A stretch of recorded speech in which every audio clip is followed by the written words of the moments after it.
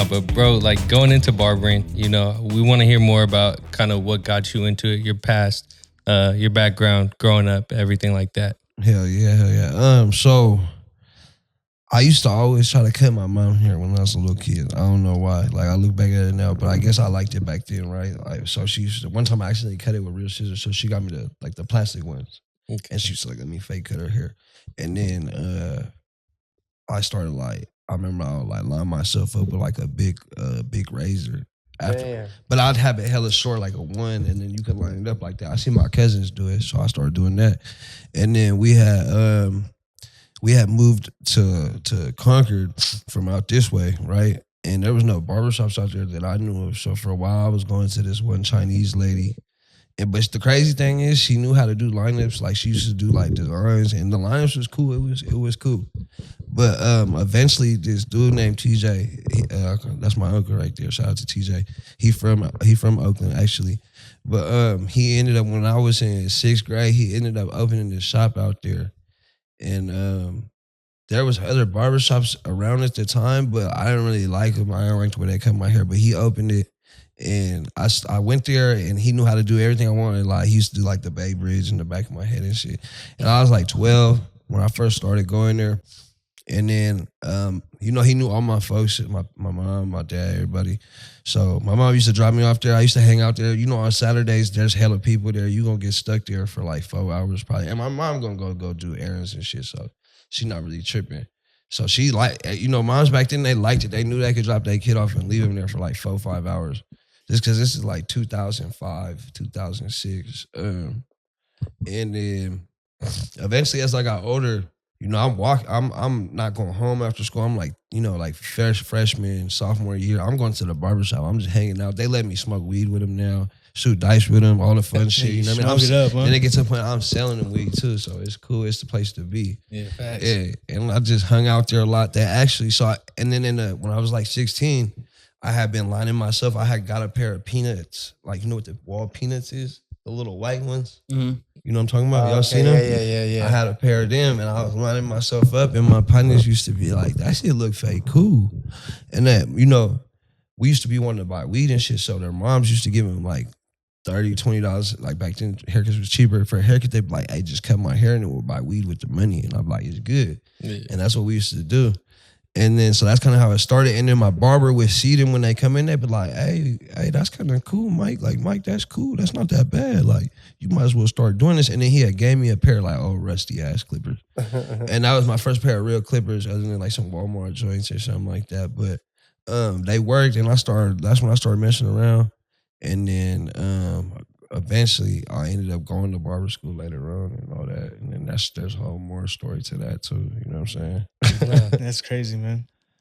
It's like you going out to barber school and you like taking that step to be like, all right, I'm gonna be ready to pretty much just get it going, get it popping, Yeah, the crazy thing is I went to barber school twice. I wasn't ready. Like you talking about your first time. I wasn't ready at all, bro. No, talk more about that. Why weren't you ready? Most people be getting into barber school after they're done. They're ready to look, open up their shop and shit. My hat. Check it out. So look, what happened? This is what happened. So like I said, I had been doing it for hobby and stuff, like how I was telling y'all. So when I was 19, I went to jail for my first time. And when I had got out, I hadn't had a job yet, and I hadn't been back to school since I had already dropped out of high school. Yeah. I had got a GED. But so my mom and my PO at the time, they're like, look, my mom like, either you gonna get a job or you gonna go to school or you gonna get out. And my PO like, either you gonna get a job or you gonna go to school, or else like we gonna take your ass back to jail. And I was like, all right. And then so I was like, I ain't gonna get no job. I was like, I don't want no job. Yeah. So I was like, and I'm still in the streets and shit. So I'm like, I'll go to school. So I'm like, but I'm gonna go to barber school. So I go. I make it like 7 months through. So yeah, like 7 months. I was like, that's like more than halfway, damn near. And I ended up getting arrested again, and I get dropped from the class or whatever, damn. Right? And I ended up going back 5 years later. And going back to barber school again. And that was after, because when I got out, everybody was like, oh, you gonna go back to school? I'm like, nah, fuck that. Like, I'm gonna just keep running the streets and shit. And I actually ended up, the thing that made me go back for the second time, during COVID, I had caught a case. I actually just got a probation for it. I just finished probation like a couple weeks ago. Right, appreciate you. Boy, I thought I'd never gonna get off. But so I ended up catching that case, right? It was a sales case. So when it's COVID time, right? So when it happens, what happens is I get OR because it's COVID. They not really keeping nobody unless you like beating up your baby mama or like killing people. You know what I'm saying? So they OR me 72 hours. When I get out, I already know that like I'm in Nevada. This is how shit happened in Nevada. I'm in Nevada. I'm from the Bay Area. I got caught with a gun too. So I'm like, they finna try to fucking throw me under jail out here. I'm like, I gotta get. As soon as I got to her, we packed up all that shit, got the fuck up out of there. You know what I mean? And then we came back to California now. So I had saved up like a little hood rich fortune at the time, like close to 100,000. But that shit went away. We was living in hotels and shit. And I ain't gonna lie, I stopped hustling, but I'm still getting high because I'm doing perks and all the shit at the time. Like I'm making a lot of money. I'm fucking off. I got a bad drug habit too. At the same time, it's crucial. Like I'm spending like $500 a day on pills, but I'm making so much money it don't even fucking matter. Yeah. Right? Yeah. And it's bad, but so now I'm just fucking off all the money because I gotta stay in hotels. I need to get high still before I get sick or whatever, you know what I'm saying? So, mind you, it takes like 12 months for them to file. You know what I'm saying? 11 to 12 months for them to file. I have another warrant out at the time. Me and her is door dashing. Let me sip this water real quick. I don't have a license. I ain't had a license in years. She tired of driving. We've been on the road for the last month. Who knows? You know what I'm saying? So I'm driving. We get pulled over because we don't have a front license plate. Right? It's in the window, but it's not on the front. That's what she just was bored. I already know. She's like, you got a license? I'm like, nope. She's like, what's your name? Run my name. I'm like, I don't know exactly what warrant I have. I'm like, but I can feel it. Like at this moment in that time of my life, I was living with warrants, multiple warrants all the time. Like it was normal. So like getting pulled over by the police wasn't even an option. So I'm already I'm like, here we go. She come back. She's like, yeah, you got a warrant. It's a different case out of another county, right? That I've been had a warrant for. So they picked me up on that. Or they had just filed or something. Who knows? But I had been on the run I had left from the other case, if this all makes sense. Yeah. Went down for the other case. They hadn't filed yet. You see what I'm saying? Mm-hmm. So I left on that one from that state, came back. They had filed on the charge they probably had been waiting to file on. And then they got me like that. I had ended up bailing out at the police station. I didn't even make it through extradition or nothing because I was supposed to go to another county that's hella far. And so when I get on, I'm like, I gotta do something. Like, I can't just show up to all these court cases with my life the way it is. Like, you feel me? I'm like, I'm on drugs. You can clearly tell I'm on drugs too. Like, it's not a secret. So I'm like, all right, I'm gonna go to rehab and then we'll figure it out from there. Let me get clean first. Let me make that the first step. So I go to rehab and I do 3 months, but I'm cutting everybody in the rehab. I had my pops, he dropped me off some Walmart clippers. That's it. Just the clipper though, not the liners, nothing. Just the clipper with some guards and some cigarettes. That's what he gave me, I remember. And I've been cutting myself in there and cutting all the people in there. Even some of the people that worked there, I was cutting them. And by the end of it, you get an exit plan. And they're like, Mike, that's my real name. They're like, when you leave up out of here, you have a great head on your shoulders. You're very smart. Like you're very talented. You're good at doing a lot of different things. You articulate. Your sky's the limit for you if you just stay on the right track. I'm like, yeah, I know. But I've been hearing that shit all my life. So I'm like, yeah, whatever. But they're like, bro, for real, make an exit plan. They're like, you should go back to barber school because you said you've been to barber school before. And we seen you cut hair. You good at cutting hair. Yeah. I'm like, they're like, you know what? Call them tomorrow. I'm like, all right. Cause at this time, I'm like in the headspace where I'm like, I'm willing to do whatever to save my life. Cause I already know I'm looking at like anywhere from like 5 to 10 years for show in Nevada by itself. Mm-hmm. I'm not really worried too much about the other case. I know they're going to just give me a little slap.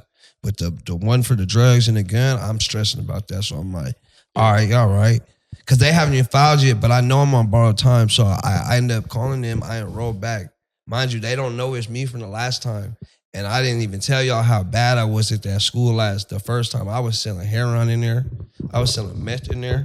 Damn. You feel me? I had Knox coming in, like trading me PlayStation 3s and shit, like on some real Knox shit, like in front of everybody. Crazy. Like niggas, like they knew what was going on. But like at the time they were so busy trying to make sure their school was staying afloat because it was so new and they were trying to get accredited by FAFSA. So they're kind of like letting shit slide. And I'm pushing the envelope hard. Yeah. You know what I'm saying? Hard. But they're letting me go. And then eventually I end up getting dropped. So they're like, whew, thank God. But I don't tell them it's me. They don't realize it's me. So I get back enrolled. So when I finally get up out of there, a week later I start in barber school. And then the first day the director sees me, but we have masks on because it's post-COVID. Like we can be around each other, but you gotta have a mask on, remember? Yeah. And she's like, hey, pull your mask down. I'm like, and I know who she is, right? And I'm smiling already because I know who she is. And she says my name, you know what I'm saying? She was like, we gonna have problems this time? I'm like, nah. And I told her I just finished rehab, my bad buddy. I just finished rehab and I'm here to do it different this time. She's like, all right, cool. And then she was like, I'm gonna give you another chance because if you didn't say what you just said, I really don't want to let you come back. And I'm like, it's good. Like, I get it. You know what I mean? I deserve that. But thank you. You know what I mean? For the opportunity. Yeah. And then, I do my thing at barber school. And the crazy thing is I almost didn't finish again because now I'm telling you I'm on borrowed time, right? We're like, maybe I have like a month left before I graduate. We go to the club. I remember I was already working in the shop. It was a Saturday. My boy called me. He like, let's go to the club. We go, fight happened outside, whatever. The police pull up. They run my name. They say, you're a felony fugitive. I'm already knowing. I could just feel it. Even though I didn't know if they had filed for sure or not, but I just said, I can feel it right now. It's going to be the time. Like everything's going way too good. I'm already making money in school, booked out, working at the shop and doing school all at the same time. I'm like, it's going way too good. I already know. Yep, take me. Boom. I know that Reno has to come pick me up because the case is out there. I talk to the school. When my girl talks to the school, they're like, the thing is they had just got, the hours had just got reduced at the school to less than what I'm supposed to do. But now the curriculum is different. So now FAFSA has changed the rules. You can't go on leave of absences, LOAs. Before you could do that, I could have really just took like, hey, I need 2 months LOA to make sure I don't miss no school. Yeah. But now you have only 2 weeks before you can come back. And it just went into effect, right? Like a week before I got arrested. Yeah. So like now I'm in a rock and a hard place, right? She's like, you have 2 weeks to get back and that's all I can do. And I'm like, okay. When Reno tell you they coming to get you, the day they say they gonna be there, they be there because they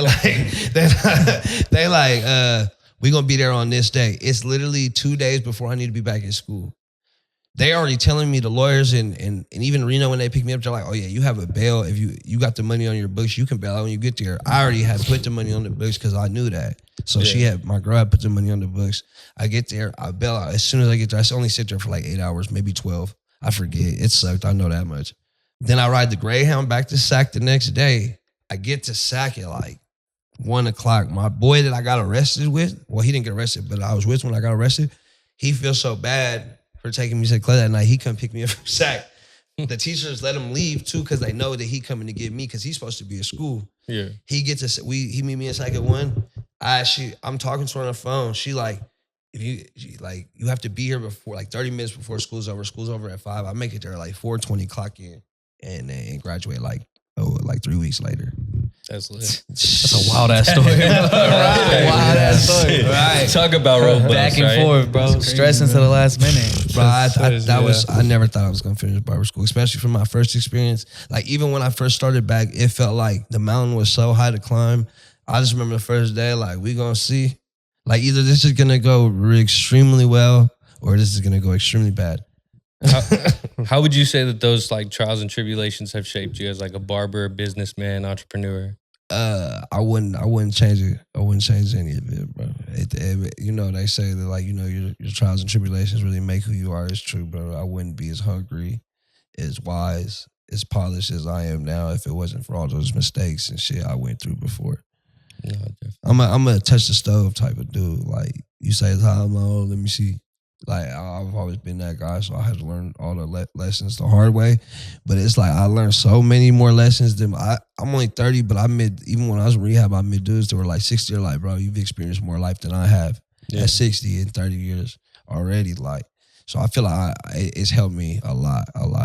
No, definitely. That's dope. Yeah, as long as you came out and you did the right thing, bro. no matter how you get there, the path is the same. It's the same road that everybody take who is successful. You know what I'm saying? It's a rough road. It's a tough road, but nah, it was all worth it, bro. It changed